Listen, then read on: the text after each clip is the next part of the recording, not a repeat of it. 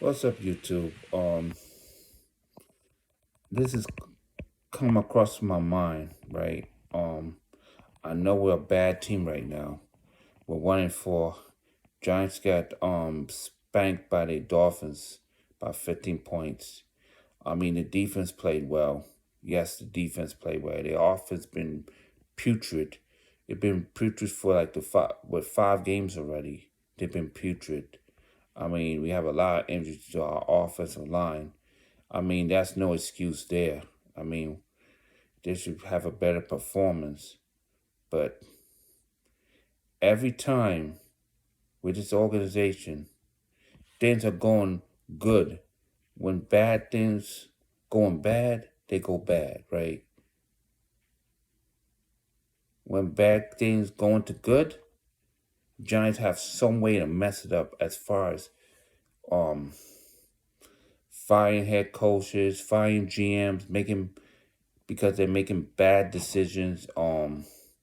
Firing head coaches because they coach bad, getting rid of players because they play bad. I mean, look at Joe Judge when he was a head coach for the Giants in I think it was what two 2020 when we was a head coach in 2020. We didn't make the playoffs the first year, right? But the second year, you know, he was bad because the team was bad and the coaching was bad. And the year after, they fired all the coaches because the coaches was bad and the players was bad and the GM didn't draft well. You know, I'm talking about Dave Gellerman. He didn't draft well. Of course, he didn't draft well. Our coach the scout didn't scout well either. You know, that's near here or there. But I'm just really talking about consistency. You can't just fire coaches just because they coach really bad. You cannot fire GMs because they draft really bad. You can't fire scouts because they scout really bad.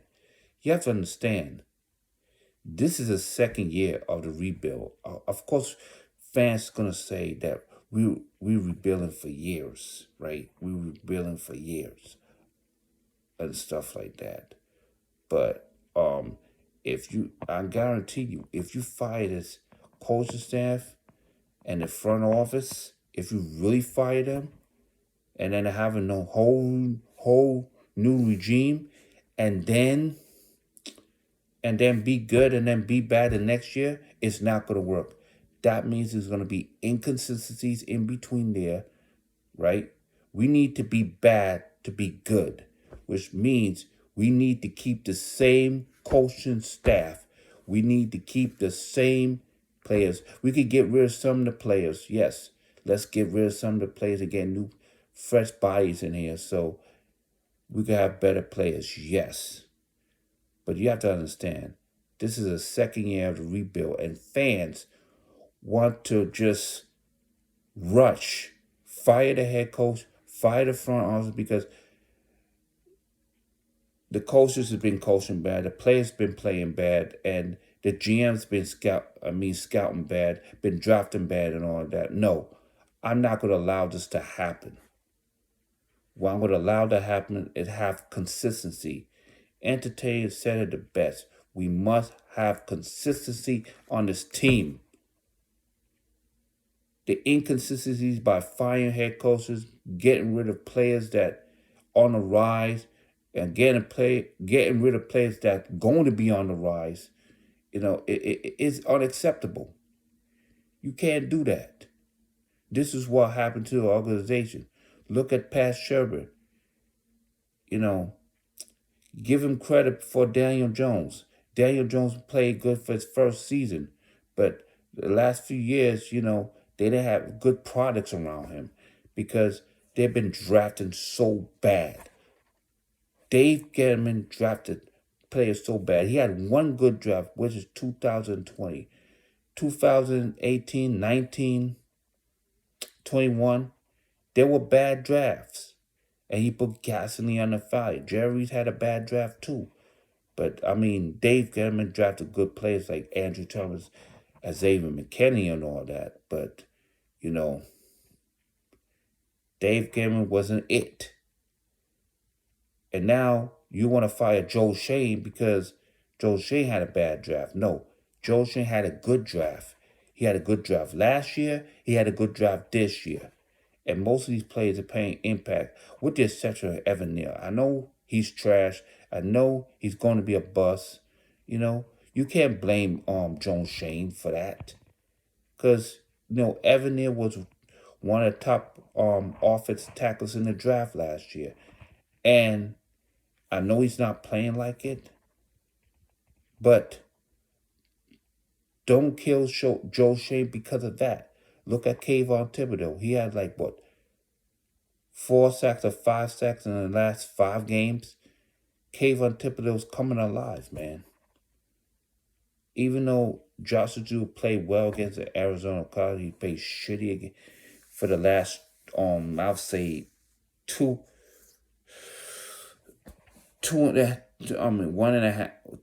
games, but he's growing. Marcus McKeithen, even though he got injured today, he injured his knee or whatever, but he's growing. He played bad last game. He played okay against the 49ers. He played bad last game, but he's growing. You can't get rid of players that is growing. That is a sign of a really bad team and a really bad owner. We need to have consistency. Let the coaches play bad. No. Let the coaches coach bad so they could coach good in the future. Let the GM draft bad so they could draft good in the future. Let the scouting department scout bad so they could scout good for the future. That's consistency. Let's have some consistency for this organization. Don't just be quick to judge because we are a bad team. We don't scout well. We don't coach well. Who cares we don't coach well? Let the coaches coach bad. They learn on the job too. Just like you learn on the job. Like, if you don't know how to flip burgers, if you don't know how this organization is run, you're learning on the job. You're getting growing pains. Same thing with coaches. They're getting growing pains. Same thing with GMs. They're getting growing pains. Same thing with scouting department. They're getting growing pains. Let the growing pains continue. So when that time comes, they could scout well, they could coach well, and they could draft well, and the players could play well. Give it a chance. Don't be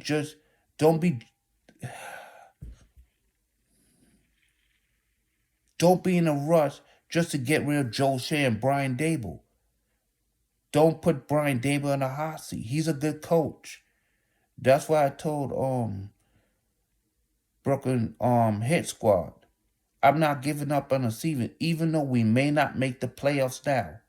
We don't care if we're not going to make a playoffs. But I feel that this team is a 7-win team. I'm lowering my stance on this team.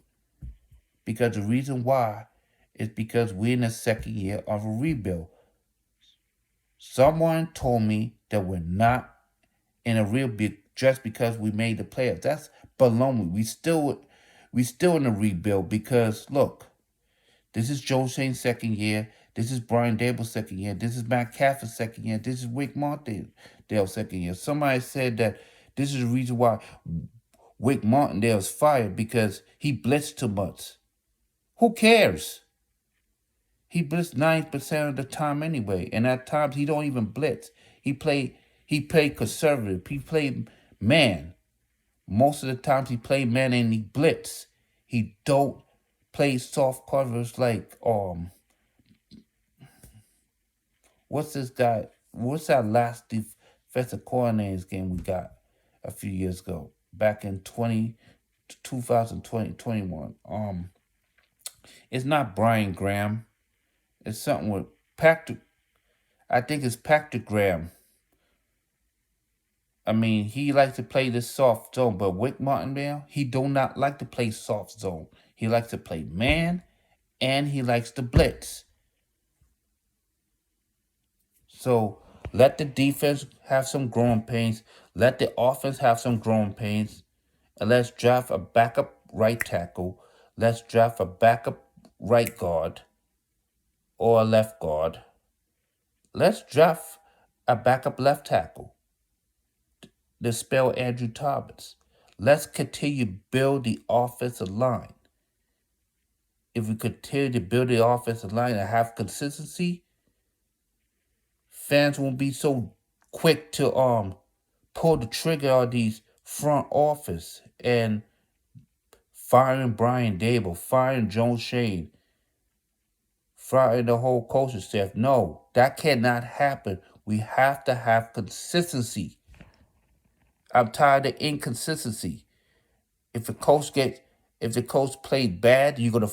Not play bad. If the coached bad, you're gonna fire him. If the GM drafted bad, you're gonna fire him. If the scouting department scouts bad, you're gonna fire him. No, we have to have consistency on this team. No firing after the season. Let's keep the same coaching staff, the same scouting department, the same players. Let them grow. I don't want to hear, let's fire Brian Dable. Brian Dable is not the problem. It's the players that's the problem. It's the D-line coaches the problem. It's the offensive line coaches the problem. They're not coaching them to their abilities or to their strengths. They coach them to their weakness, and that's not good. The offensive line coach and the defensive line coach and the defensive back coach have to coach to the players' strengths, or to the players' abilities, not to their weakness. Same thing with the special teams coach.